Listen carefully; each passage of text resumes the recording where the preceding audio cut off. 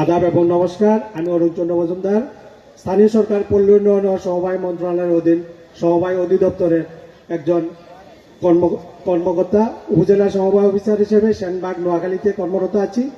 তো আমার ব্যক্তিগত একটা আবেদন থাকবে কমিটির প্রতি বা উপদেষ্টা মণ্ডলীর প্রতি, যাতে আমাদের এই অ্যাসোসিয়েশনকে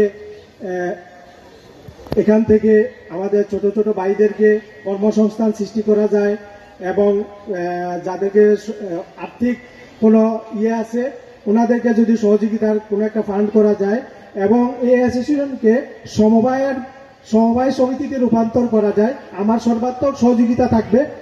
এটাকে করলে আমার মনে খুব ভালো হবে। ধন্যবাদ সবাইকে। ধন্যবাদ অরুণ। এখন আমি 93 ব্যাচের পক্ষ থেকে মোহাম্মদ আদিলুজ্জামানকে কিছু বলার জন্য অনুরোধ করছি।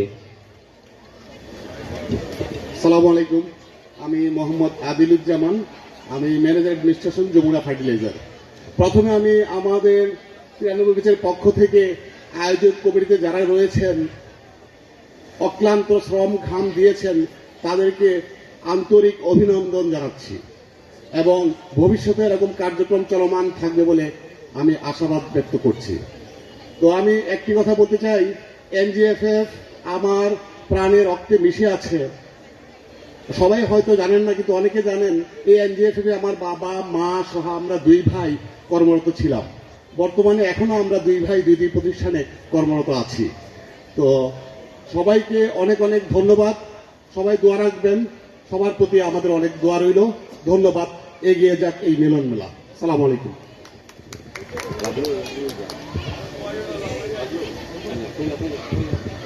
এখন আমি আমার বন্ধু লাবলুকে কিছু বলার জন্য অনুরোধ করছি। লাবলু প্লিজ।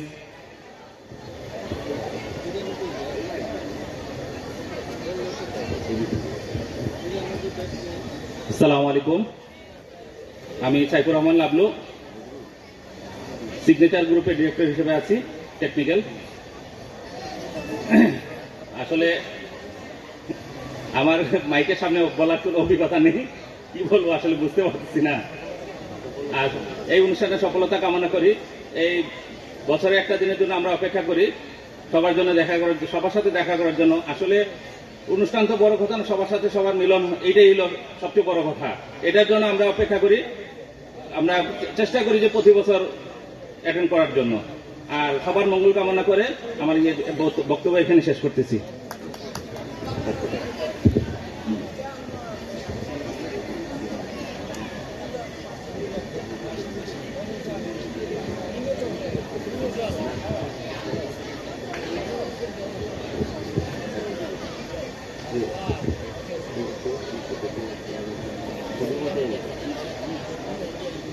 আমাদের সুযোগ করে দেওয়ার জন্য সবাইকে ধন্যবাদ। আসসালামু আলাইকুম।